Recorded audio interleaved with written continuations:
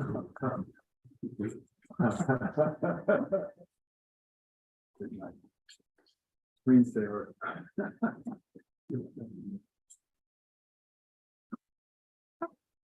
Okay, call the March meeting to order.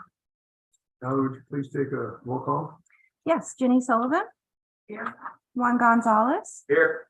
Tim Robinson, Here. Dan Bruno, Here. Craig Leggett, Here. Dave O'Brien. Here. Okay, we have a quorum. We have 6 out of 10. Okay.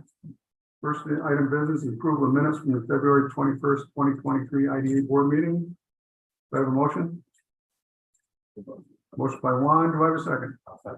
Second by Tim Robinson. Any omissions or corrections? All in favor? Aye. Opposed? Carried. Mr. Treasurer. Yes, okay, so you have before you the current accounts payable listing. There's a couple of changes to that. That we will note in the minutes, but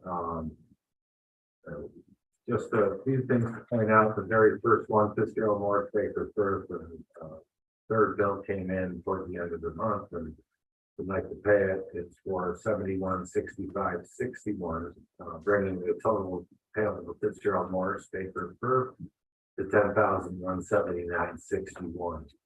The new bill for legal services was $71,65.61, and now it's for the CVE project. We have billed CVE for those fees, so a portion of that should be reimbursable. $71,65.61. The only other thing I'll point out is our electric. The power extension to railroad, as you can see, we go to WCC to have them pay half of that. So we expect another $12,000 coming back against that power extension to the railroad bill. And then for Eminger, Garrett, and Labella, those are all reimbursable through either through grants. One's a HUD grant, the Jarrett, and then the NVRC grant is the Labella payout for that. And then also the NVRC grant covers the Lake George Lake Champlain Planning Board contract we have. So with that, I would entertain I'll make the motion to the accounts. Actually, Tim, if I could, sorry, on Friday, just last week, I received a bill from National Grid. It's for $2,341.08. That is the monthly bill for the substation at the Canalside Park, and WCC does pay half of it. I'd like that also to be added to this agenda. Those are additions. I'll make the motion to the accounts payable. Second. You got a couple seconds there. Juan and Craig. Any other questions on it? So on line to the railroad, extension to the railroad, is that for contract at the east end of the? That's for the contract of the grain operation. Yes. We changed that out and we put the line in, so we weren't paying generator fees. Pay for itself in 10 months. Is there power at the west end? Where There is MF rail. We've also talked about we've got meters out there. Rhythms now that PHPU will be running from the way down yard. They'll be paying a portion of it. Then FMS will get billed for a portion of it. And then each building will be billed for usage. Our electric will be billed for the usage of electricity in their building. And so we'll have a better breakdown for it. Even though we can't charge by kilowatt, we can use the guidance to give us a general idea how to break it down between each user. So each user isn't doing it. We can't be a public utility, so therefore we can't bill by kilowatt. But we can share expenses.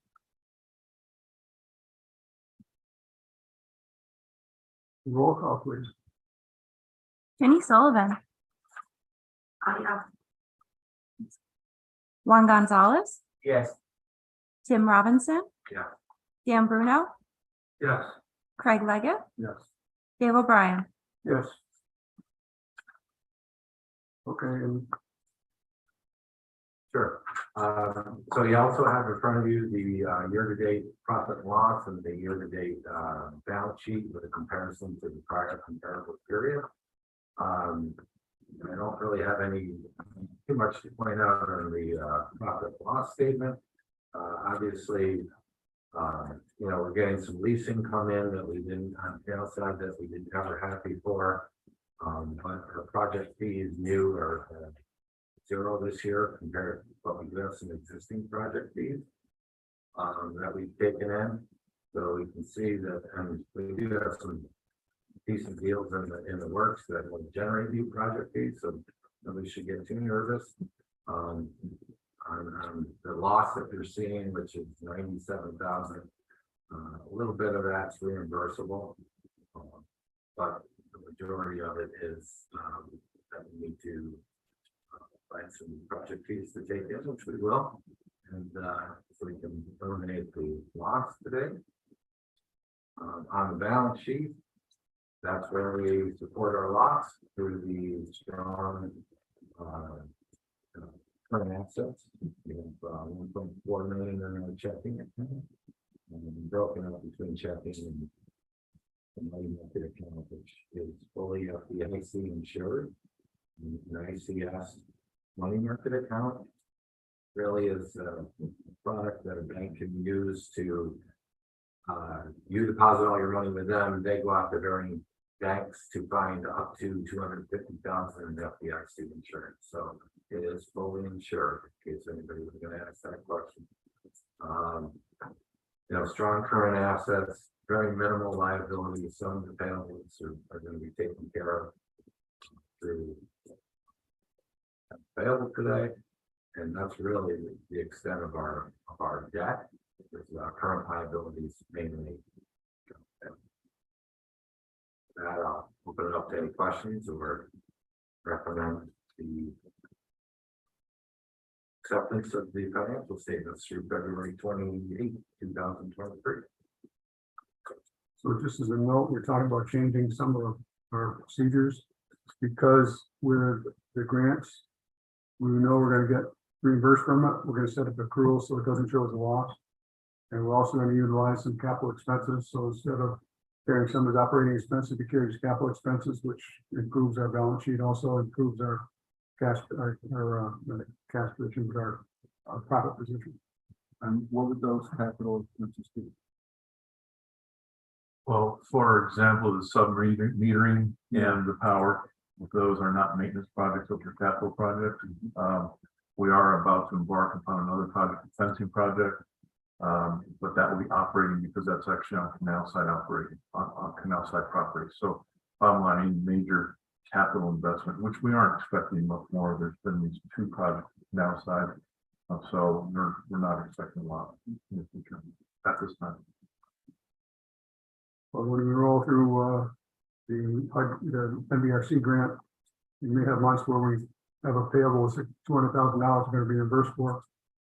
So use that capital accrual against that, because we're not going to get reimbursed. Yep. Okay. All right, motion to accept the financials. Okay. Next by Tim, do I have a second? Second by Jenny. Any other discussion? All in favor? Carried. Reports of committees, Canal Side Master Plan update. Yep. As Chuck just mentioned, we were to receive bids for some fencing, chain link fencing, to allow the existing chain link gate to remain open for vehicle access to the Canal Side Park, but restricting access to Canal Corporation Blockade Pier. Those bids were due Friday. I have no idea what we did or didn't do.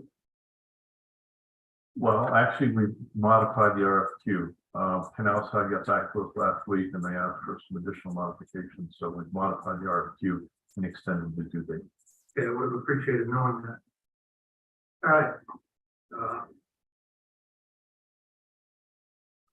You send anything out regarding that?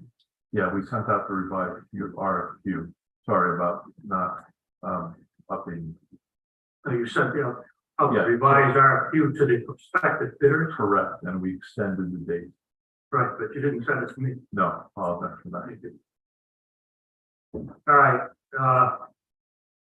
weekly, or I'm sorry, bi-weekly meeting was conducted last Wednesday, the 15th, at the offices of Lavella.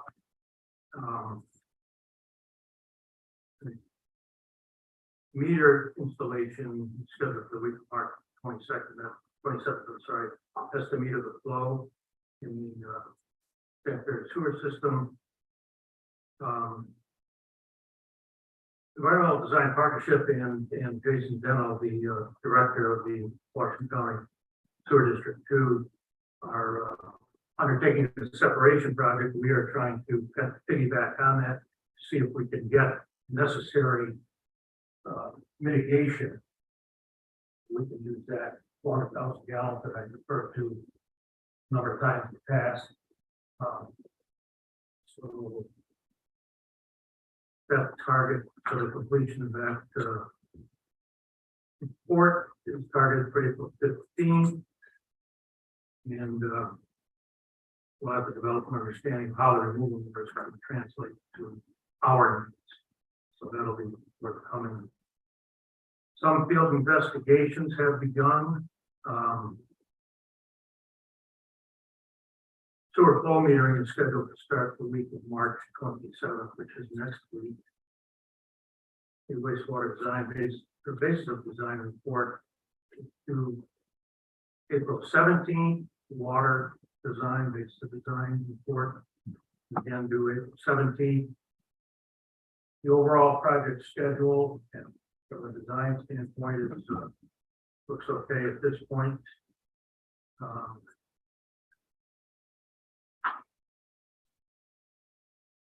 Those are the highlights, and the next meeting is scheduled for April 15th at 1:30 p.m. Are there any questions regarding this?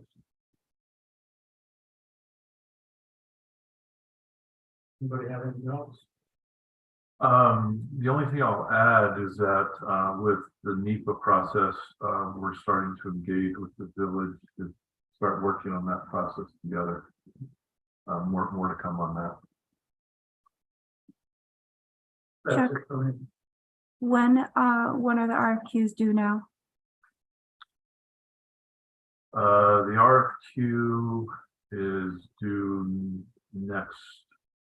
this Friday, I believe. We extended it by a week. Okay, and what were the changes that Canal Side wanted? Canal Side asked for you were copying on the email. It was a. I'm just asking. Okay, so Canal Side, thank you for that, Ally. Canal Side asked for a sliding gate as opposed to an opening gate. So we had to modify the RFP for a sliding gate. We're not expecting to have a material impact on the cost.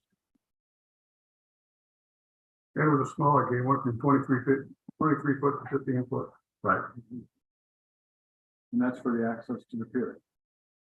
No, Yeah, it's so access from East Street into our facility. when you come into the facility, there's a swing gate, it's 24 feet, 12 and 12 and a half. Canal Side said they didn't need it as wide and they preferred a 15-foot wide sliding gate. So we said, so we did the modification. Nothing material, but you know, they own the property, so we got to abide by their request.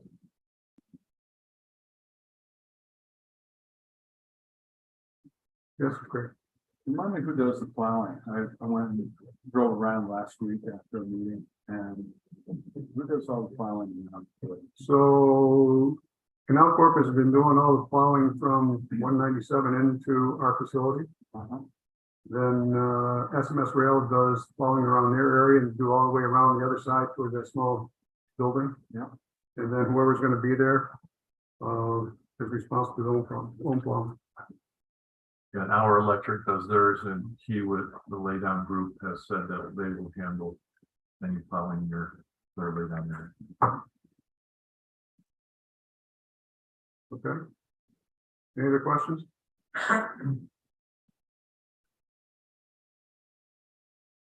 An outside project tenant activity?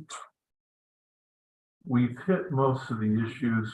The only thing I'll point out is that today Kiewit started their lease payments March 1st. There has been growing activity on site. Today, they're delivering a very large crane that will be lifting off the spools and trucks that come in. So the activity level now is increasing every week. And the Area 2 project manager, who is responsible for everything from Putnam down to Schenectady, will be on site sometime this week, and we might have the opportunity to meet that individual. So things are definitely ramping up. And that's it. Questions? The staging area is quite, looks like it's quite active. When I come by in the 40. Yeah, and there's two sections. There's the northern area. Yeah. And then there's also the southern area. And one thing they have asked our electric to do is to reinstall some lights that will shine over Area 7 where the very valuable schools would be. They want that for security purposes. So they're doing some. That's one just up the side of Whitehall. No, this is still downside. Oh, this is still. And this is what we call Area 7, which is the southern region. Yeah. Again, they're moving the site and they're doing some minor modifications which we expect to occur. That's it. So they're using the old Northern for their maintenance facility. So that's what's going on up there. There are a couple lay down areas up there also. Yeah, that one's quite complete on outside of Whitehall. The way down there. Yeah. Well, they've been working on that for 4 or 5 months. They expect to have the facility in Port Edward operational in May, fully operational. Okay, staff report. So in the staff report, I won't hit anything that will be redundant with what's already on our agenda. I'll hit 2 topics. One, the prospect incentive projects, and secondly, conference that I attended in Albany, actually with Juan. But as far as the prospect incentive projects, we're expecting 2 new applications in the second quarter. We're also expecting an amended application in the second quarter. And then there's a possibility of 4 other applications that are currently dealing with various regulatory issues before they submit their application, or I should say applicants, and they're submitting their application. We're in exploratory discussions with 10 different potential applicants, and we have 9 that we've been speaking to are inactive for various reasons, but we'll be circling back to see if anything has changed with those potential projects. Any questions about potential projects? As far as the conference I alluded to, this is the New York State EDC conference that was held in Albany on March 1st. Juan and I both attended. We attended different workshops. I attended 3 workshops: marketing and public affairs, clean energy and economic development, and IDA best practices. And for sake of time, I won't go through the details, but each one of these seminars always have good points of interest that we can apply into what we do. Specifically right now, as you know, we're in the process of updating our messaging and our website. And again, one of these conferences is very applicable. We're also looking right now at some IDA best practices that have come forth from that meeting. Again, we will embed those into the activities that we do day over day.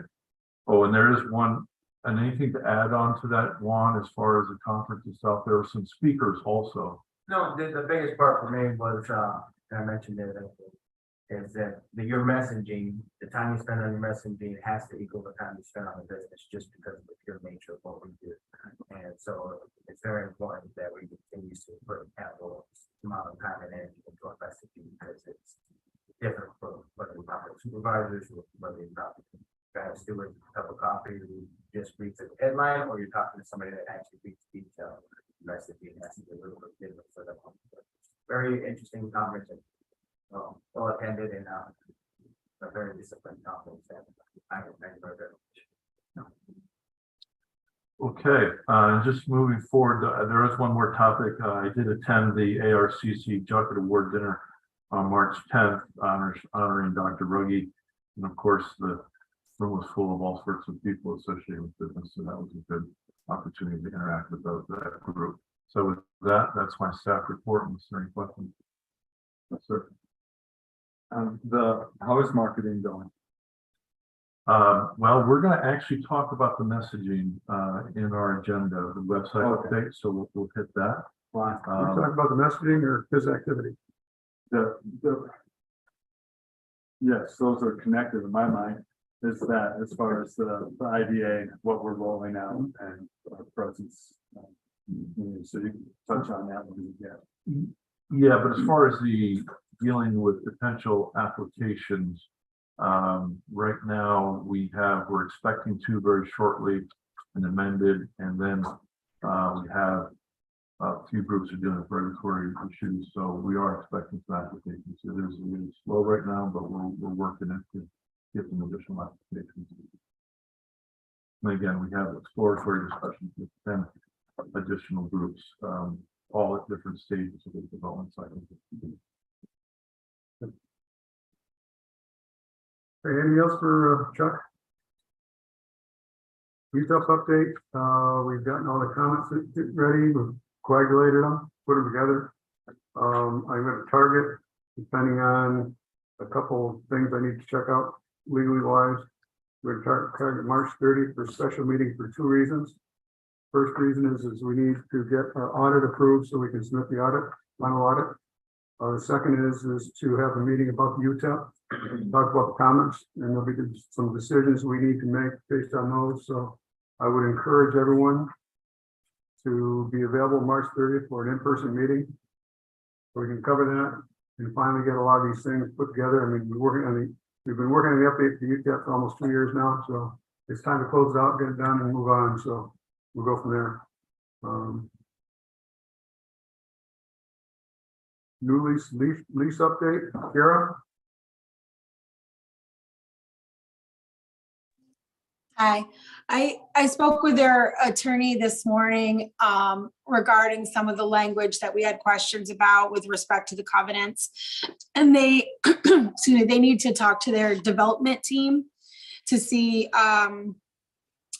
what modifications they might be willing to make to that language so that it works for us, and or what we can do with respect to amending the covenants to allow for solar on these particular lots that are subject to this lease.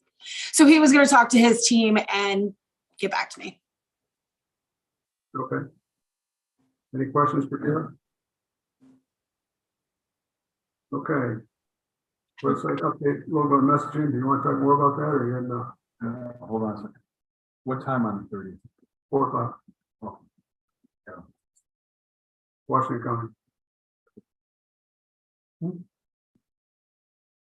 I don't mind if it's in Washington County, but you've always done it whatever month it was in, when you stayed in the same county. Yeah, well, we thought an appropriate place based on the comments. Okay. Okay. What about message? Craig? Anything else? So we're going for a new website. We've engaged Deanne Communications on all of that. They put out some materials, some videos. Is there anything else we should be looking for, or anything else we should know about? Well, there's a couple things, not only Bean Communications, but Black Dog. So Black Dog is the group that's dealing with the website itself, and Bean is working with the communication and the messaging.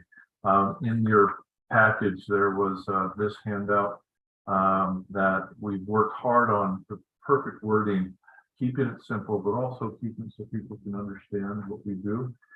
So if there's any feedback on this messaging, we would greatly appreciate it. The theme, as far in the board package, this is happening right here. Somehow I never get full package. I don't know. Sorry. Okay. Okay. Well, we'd be happy to provide this, of course, and the message that we're using is promoting local investment. If you think about short wording on what we do, and behind that explaining the things that we do to promote local investment. I believe it was an email that we sent out, Ally, on after the Monday. snowstorm. After the snowstorm, there was an update. Did anyone else not get that logo messaging stuff? It looks like it was, March 17th, Okay, top or results, my email. March 13th. So, 13, yes. It's dated the 13th, so it looks like it's on our list. There was more information said on the Oh, 17th. okay. Yeah, there was a delay. Okay. Our office was closed with the snowstorm, so it went out after the snowstorm. And did that come from Ally? That comes Yes. from, Yes, what I can do, Craig, is give you a hard copy if you'd like. I'll find it here somewhere. March 15th. Well, I can send it tomorrow. The Ides of March. Later, I can give you my hard copy, so.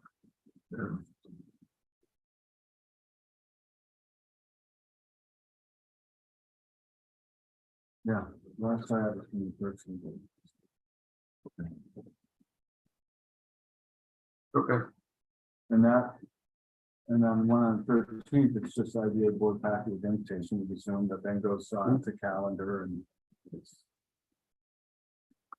And so when you accept it to your calendar, that's where it typically will reside. Yep. Yeah. but the other information sent out wasn't sent out with Zoom invite, it was just sent out plain email. Right. So you should have gotten It that. was Wednesday. Yeah, so, right. Right. Again, any feedback would be greatly appreciated.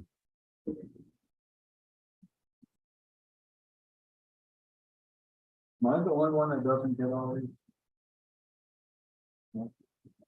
It went to supervisor at townofchesterny.org From A Weaver.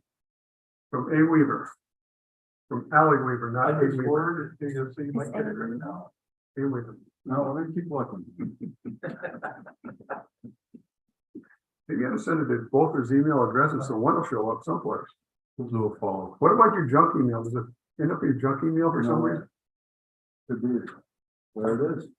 New search brings it up. Don't know why. I'm gonna blame it on Outlook. Next time we send something out after, we'll call you and let you know. No, seriously, make sure you got it. So, It's IT and you're it. Okay, all right. Website update messaging. Any other questions on that discussion? So please review it and go forward. CV application has been tabled. Period. So that's where that stands.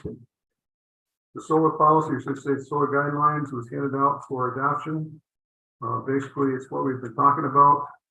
If I can find it here. Is that we will not participate in renewable energy projects.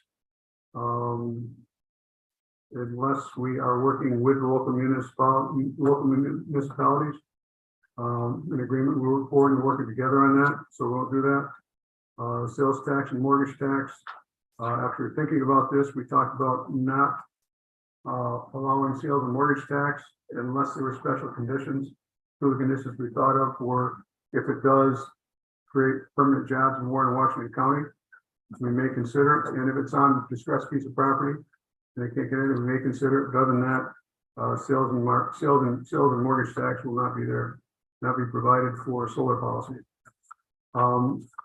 Pretty soon, I think that right now, if you look at the regulation 5.7, I think it's 575B. If that goes through, like the governor's trying to make it part of the budget package, is that will do that will basically mandate to assessors how to assess solar properties. And that will be a lot less than we would ever have considered doing a pilot for. I mean, I did the calculations and it's probably about, 10 to 15% of what most schools and property and some towns were doing, so. I'm thinking out of everyone's hands. And, unfortunately, that, it's not gonna be good for many people, except for the solar company. I also noticed that they are in the budget package, they're doing an increase. Benefit to solar packages is moving it from $5,000 to $10,000, so again, they're getting more gifts. So I think that, after looking at it, they're really, in good shape. Without any assistance from anyone. Period. There may be exceptions, but as a general rule, that's the case. Any questions? Any motions about that? You want a motion to adopt the solar guideline? Correct. I'll make that. Motion by Tim, do I have a second? Second by Craig. Any further discussion? You're right, it is 575B. Yeah. Someone provided me the calculations, I couldn't believe it. Anyhow, This kind of cash flow. this kind of crash flow. It takes in consideration depreciating the project over the course of the life of the project. It's 15 years, is about, if I remember correctly, it's about 25 to 30% of what the normal started out with. What the original amount started off with, so. I call it creative accounting. We will also have that in our UTEP. Well, not doing solar projects without involvement by the municipality. And no sales tax or bridge tax. Under most circumstances. Most Unreasonable. As I read our UTEP does give us latitude in sales and marketing, sales and mortgage tax. So there is flexibility there, but we really want to reserve it for someone who's going to bring a cost benefit analysis to the counties and the areas and municipalities. All in favor? Opposed? Aye. Okay. That's new business, Morcon status. Morcon, we have an approved project. They are moving forward again. We should hear more by the end of this month. The project is expanded, but we are going to look at getting them started because they're starting their project as soon as they finish their financing, get the infrastructure built out and and make the enhancements to the small building and the equipment that's going in there. They're still getting quotes on what the new building is going to be. They're going to put a larger than expected building in for their storage and warehousing. So that will be, when they have that, we'll come back for an amended project with a larger project cost. So that'll be nice to see. It's been quite a while for them. They finally decided that their business needs it. And we'll go from there. Anything to add from that, Chuck? We know that the original project cost is about 14.6 million. It's going higher. It's going to be in a range of 17 million or so. But as Dave mentioned, they're still working on getting some quotes so they get their exact number, and then they'll come back to us with amending the application. Did we pass any resolutions concerning this Yes. a year or two ago? Okay. It was back last September or October. Any other questions? Chuck can talk about the Warren Washington Strategic Economic Alliance and draft housing statement. Okay, so the Warren Washington Strategic Economic Alliance comprises of the Warren County EDC, the Economic Development Group out of Washington County with Laura Oswald, includes the ARCC, includes the LDCs of both counties. And the group meets once a month, just to talk about common issues across the regions that we cover. And we are, of course, keenly aware of the issues associated with housing, and thought it'd be prudent for us to come up with a common housing statement. And in your board package is the draft statement. We are, not going to just stop at saying that's a problem. We're going to come forth with suggestions on ways we can help. But this is a first step, and we wanted to get it in front of the board to get their endorsement with this housing statement. Are there any questions about the initiative or the statement itself? And by the way, the other groups are also reviewing this with their boards. Chairman. At the Warren County Board of Supervisors meeting last Friday, there was quite a lot of discussion about the role of the LTC and what they do. And one of the things was a discussion of why are there so many agencies doing all the same thing, and why haven't they come together to work together, which by the looks of this they have. Yeah, and if I can add to that, we all have different tools. The LDC has their tool. We have the tools of incentives. So there are, you're right, it's a common issue. We are talking together, and we also realize that we have different ways to contribute to help the situation. I'd expand on that. We talked about the alphabet soup organizations. You're right, there's a lot of alphabet soup organizations. The ability to consolidate those is extremely hard. Primarily because, for example, the IDA is set up by state legislative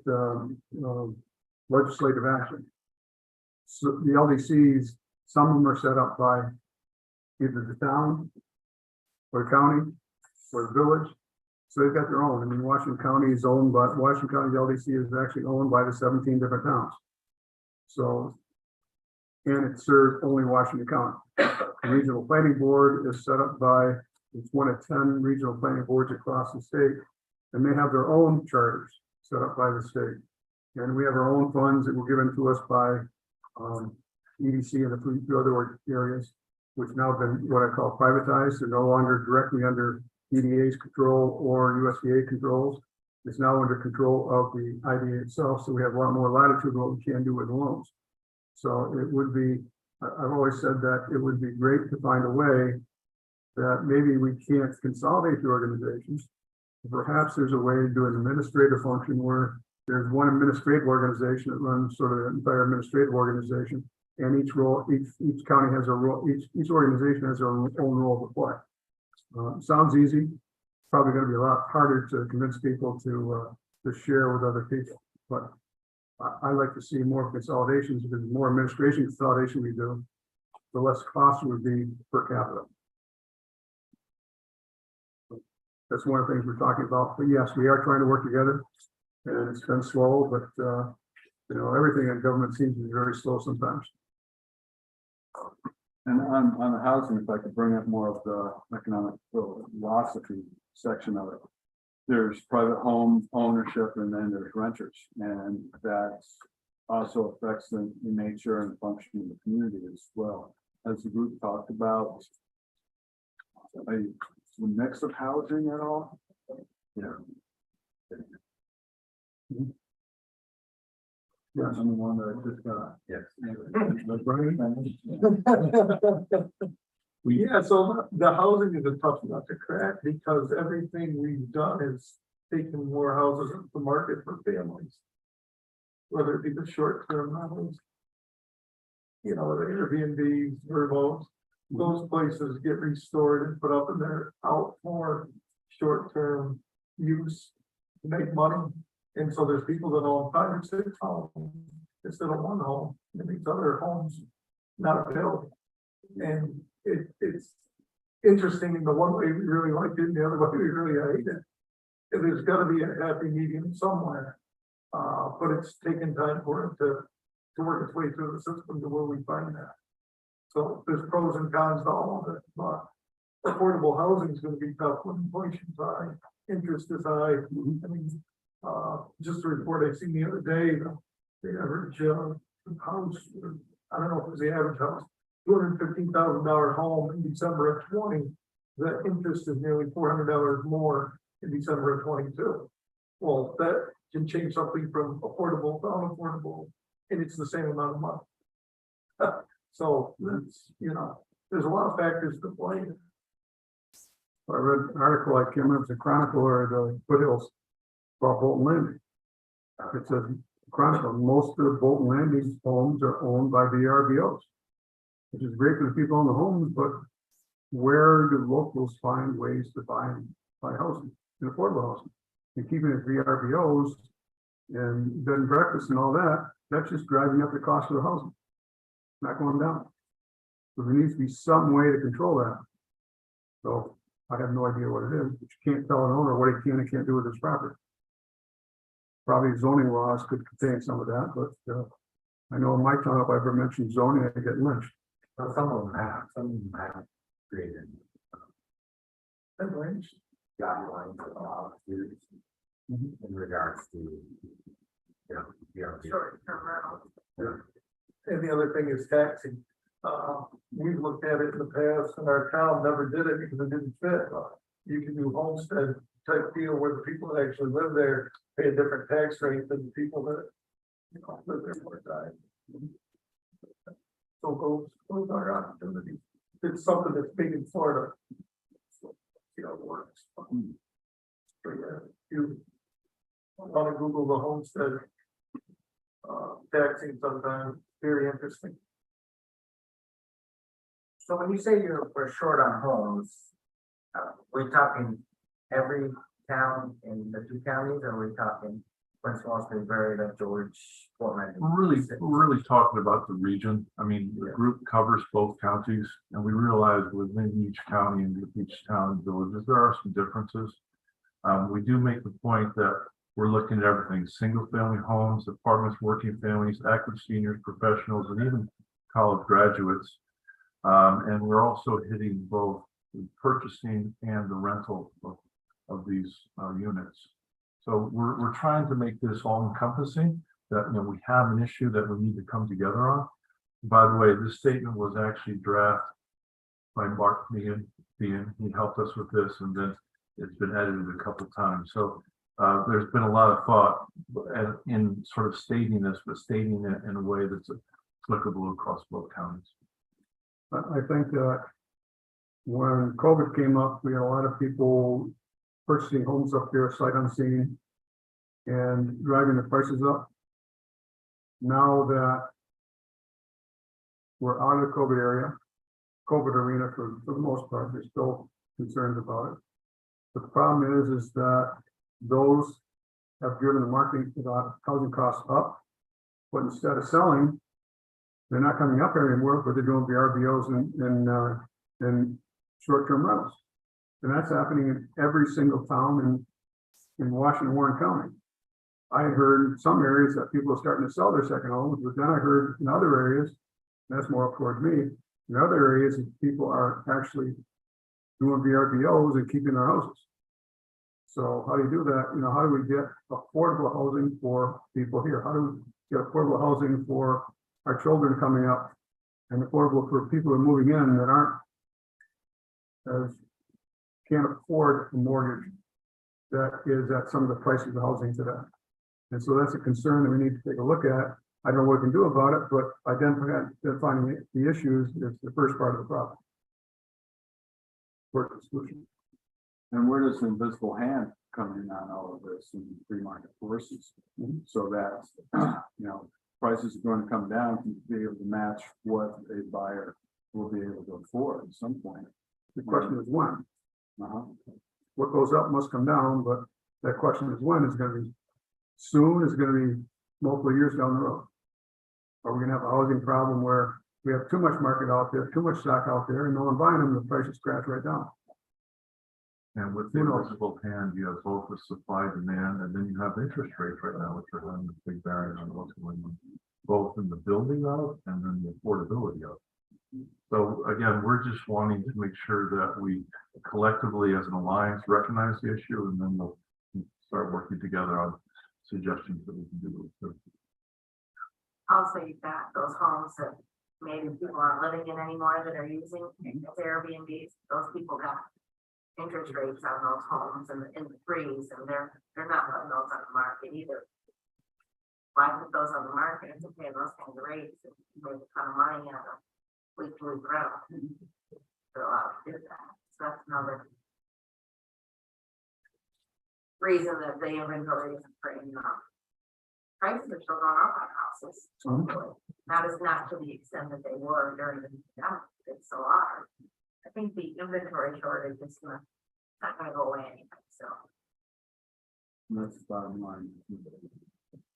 The project in Lake George, I think the workforce housing is, There's a high demand for affordable housing for people. I mean, Lake George really, really wanted that project. And they want more of that type of project because the schools are saying, there's conversation the other day with the superintendent, how prices are going up.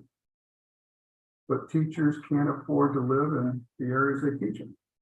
They're going to South Glens Falls, they're going to Washington County, and they're traveling for half an hour, 45 minutes. And the workforce housing, well, it's not home ownership, it's affordable housing close to where you work. So I mean, that's important that we get the ability to service all levels of housing and try and keep that housing affordable, because while material costs are dropping, interest rates are going up. Some material costs are still skyrocketing, especially steel. Some's falling, but it has to be affordable to them. And if you can help keep the price of housing down, especially apartments, it's good for everyone. You have to drive people to want to invest. If they have no reason to invest, they're not going to invest. If there's steps we can do to help them invest, then that's part of what we should be looking at. So any concerns about us moving forward with our alliance? And this will probably morph a little bit as we work together with the other groups, but just looking for, I don't necessarily think we need a vote, but just endorsement with the spirit of what we're trying to do here. I read it, I like the way it's written. Speaks volumes to the challenges we have in our area, but that's what we wanted to do. And like what we have, what we don't have available, but bring the team together to try to figure out a solution. I'm good with how it really. Other than 7. Well, and there's more to come. I mean, again, this is a living process, living document, and there's more to come. So this isn't the first time I think we'll be speaking about this. Okay. And there's a housing study underway that should help. With Warren County. Well, there's another one being done that includes 3 other counties around here. Regional Planning Board, still one. The Regional Planning Board didn't include Warren County, did it? I don't remember if they did, and I was trying to remember. I know they didn't include Washington County, which made me disturbed, but I think they did incorporate part of Warren County, but I don't remember for sure. I know I remember Jim Sipon was involved in it, so I'll have to check and see. What's our role supposed to actually be in housing? What's the statute? How do we, the IDA, assess? Yeah, what's the statute that even gets us that Well, ability I from think where we originally were? the tools we have, as you know, are with the incentives. And they would be incentives for mixed use and housing related projects. So right now, we have 3. We have Fowler Square, we have 7880 Main Street in Queensbury, and we have Sun Valley Apartments. We are aware of other projects and developers that will be interested in these incentives so they can secure their financing. They can also secure lower rates. His direct question was what statute allows us to do it? Our statute that created us. And Kara can probably fill in the gaps on that. We used to have I did have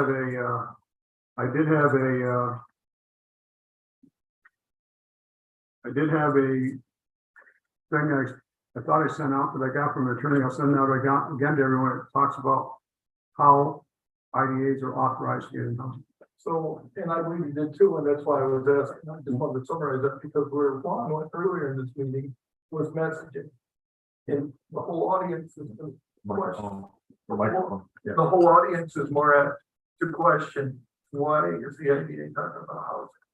So our messaging should be just about as to why we would be looking at housing and where that enters in compared to where the IDA started and what we did in industrial development, which is in our name. And I think that what Juan said is correct. Without that messaging as to how we got here, why we got here, and where it's advantageous to the people we represent, I think that messaging is far more important than we got. Agreed. And matter of fact, the document I referred to earlier with our messaging, there's a section there that talks about the industries that we assist. And the housing industry is listed in there. So couldn't agree more. It's part of, we're not just industrial anymore. So totally agree. The funny thing was, we were never just industrial. 50 years ago, that was a proper description because most was manufacturing. Now that the blend of what is happening out there, companies have changed, companies have automated, companies are growing, companies are shrinking. Companies are relying on more automated tools. We're in the job that when we look at things, we not only have to look at bringing new companies in, but more importantly, if there's a role we can play in helping companies survive the marketplace or survive in this area and help retain jobs, that's a role we need to take a look at too. So I think that, when we look at things, the first answer we look at is that in our application we ask, can you do this project without us? If the answer is yes, then we're really not supposed to proceed. And I think there's a court case about, the court case investigations going on about companies in Orange County, I think it was. Orange or Ulster County, I don't know which, I shouldn't say either county, but I'm not sure which one it was they were ignoring that. We pay attention to that. There's a lot of reasons why people are looking at that and need to look at making sure they can do a project and be successful in a project. Like I said, we need to incentivize investment. And if banks are telling them, sorry, you need to make your pro formas look good, that's the reason why they need assistance to make it good. I mean, we're evaluating the project. We also evaluate the reasons why they're coming to us for assistance and find out the answers and justify the answers. So we need to justify the answers, but that's the primary thing about us is that there's a lot of companies that come to us. We don't go very far with. They heard what we do.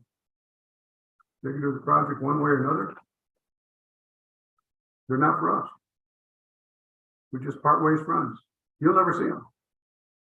You'll probably never hear about them. We try not to mention any names because that's their role to say, this is what I'm doing and this is why I'm doing it. It's not our role to tell their business. So, the ones you do see have been looked at, have been researched. And they do have to answer the questions in front of this board. If I could just add in this messaging we sent out, we say as of the end of 2022, the IDA 25 active pilot projects to support more than 159 million in local business investment. These projects created more than 500 local jobs in a variety of business sectors, including assisted living, brewery, cannabis, entertainment, retail, food, hotel, resort, manufacturing, distribution, marina, mixed commercial, museum, winery, renewable energy, and workforce housing. So again, many different industries. And I think that's important. We cut messaging because sometimes we just do our business and leave, and you don't hear that part. So, well taken, and I think we got to start to understand. And I think also, take WL Plastics, for example. They were looking at 7 locations. 2 locations in New York, Connecticut, Pennsylvania, Ohio, and all of them were giving them benefits greater than what we were giving them. Incentives greater than what we were giving them. They chose here for business reasons, but I do know because I spent a lot of time with the consultant running the project. Because we didn't give them incentives, they weren't coming here. That was the end of the story. So a lot of people think about a company locally who wants to improve, expand. We have one company we're doing a project with who was looking at whether they're going to move their plant or a portion of their plant or new business to their other location down south versus staying here. And they were quite frank about it. The incentives made it worthwhile for them to stay here. Not only do we bring more jobs in, we're retaining jobs because some of those people would have gone down to South Carolina with it. So we have to really consider all these factors. And, you know, as much as our job is to bring new companies in and to help people expand, our job is to help keep companies here also. I use the example of Lehigh Cement. You know, Lehigh Cement, for business reasons, will not sell this and this is public knowledge. They will not sell this as an ongoing cement plant. But what would happen if they were to take place where a year ago or 2 years ago when they started talking about this, and they were willing to market the plant? If we could step in and help someone come in, isn't that our job also? Is help retain jobs here? That's 85 jobs that's going away. So I think those are questions we have to look at, and you know, those are very important questions because economic development is hard in New York, and it's more competitive in Washington and Warren County. So this is the lead. Any other questions? Audit update and year-end reporting update. Sure. So four of us, Chuck, myself, Chairman, and Natalie met last week to discuss the draft audit. Chuck came up with a couple of items that the auditors have addressed and will address in the final audited statement. One of which was disaster recovery. We have to kind of come up with some disaster recovery plan, which we will do. Another one was conflict of interest policy, which we do have contained within our ethics policy, and they wanted to see that. So they'll make those adjustments as we address them. Excuse me. Will we have that report? Are we going to ask for that report for the next, so that we can distribute it for the next quarter? Do you mean the audit report or the disaster recovery? The final audit report. Right now, I'm waiting from Orville Fire, which is going to be the company that's doing the disaster recovery plan. And once I receive that, I'll send that to EFPR so he can include that in the management letter for the audit report. At this point, it looks like we will have it by then, but I can't make any promises today. I'll know more as time goes on. Right. All goes well, we'll have for the board, for the final audit for 2022. Yep. Other than that, you know, there's a couple of county adjustments. We've met and talked through some of them. There's nothing overly significant. Come next week, have the audit and make the presentation.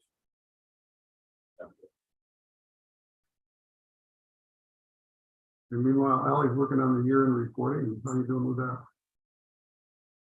I am waiting on, do you mean the ABO report?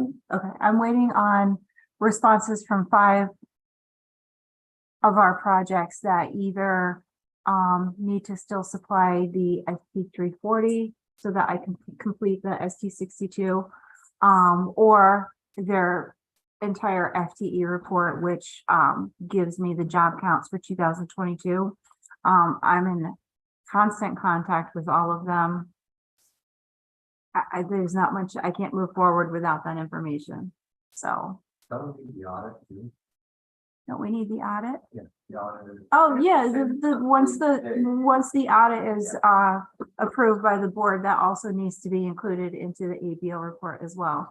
But I thought you meant besides the audit report. Because that's all part of it. Okay, Yeah, that's, okay, yeah, for that's, everybody. yes, it's just, Yeah, you guys have a very good handle on that. And the filing date for this is for the parents. yes. I won't know when we actually file it until it Filing date. gets done. Due date is March 31st. That day will come and go. Before we can get. it. Now. You don't have to fill it. What's the consequences to the agency? Nothing. There's some out there that are delinquent 2 years. That have never filed. Right. Oh, but the good news is, I mean, it should be very close. I mean, it's not going to be, we're talking a week, maybe two. It's not Is going there to. a process to request? an extension? Do you go- No, they don't like it when you ask for an extension. No. Extension. Or at their mercy, but. State budget, If it passes this year. But anyway, so we will have the final audit incorporated and probably within 8 months will be done. It's prepared by Ally and. Treasurer of the organization, which at this time is there. The burden on you. you're doing a good job. And that's all I have. Okay, thank you. Anything else, Ellie? No, just outside of those, I consider those small hiccups, they're not real problems. Everything looks good. The last item of business, we had a faux pas and it's my mistake. That somehow we're supposed to have 5 on the executive committee, somehow we ended up with 6. And Brian's agreed to step down as secretary. So Mr. Bruno can resume his rightful place as park chair. Thank you, Brian. All right. Pay him off, Dan. Pay him off, Dan. Okay, thank you. Any other business come before the committee? All right, we're adjourned. Thank you very much. Public comment. Public comments. Anyone got a public comment? The whole public here, you don't have any comments? That's right. Hey, just for the record, we'd like to welcome Assistant County Attorney Robert Terwilliger, who has sat in as a guest today. Thank you for coming, Robert. Thanks for having me here. Yeah. Robert also sits in as the counsel for Warren County as oversight of the Warren County LDC. I chair the Washington County LDC also, so. I got other jobs no one else wants to take. Thank you all. Thank you. Please put on your schedule March 30th, 4 p.m. 4 p.m. Washington County. Please make every effort to make it. Ellen, can you send us an invite? Yeah, of course I I'll get a will. better shot of getting it on my calendar. Yeah, absolutely. I just wanted to make sure that there weren't major schedule conflicts before I even I committed to that date. Okay, yeah, I Does will. anyone have a schedule conflict? I'm doing a trade analyst for the Lake George High School, part of one of the things we're doing, but it ends at 3, so I'll be racing down the northway. So From Lake George? yes, You're only 10 minutes away. You're okay at 4 o'clock. 10 minutes by the way you drive. I drive very slow. You said we were going to Washington. But you said Oh, Washington County, yes. Yeah, so Sorry. Yeah. you should end at 3. I'll race out the door and I should be there with the current. I said we were adjourned. Close my book, see?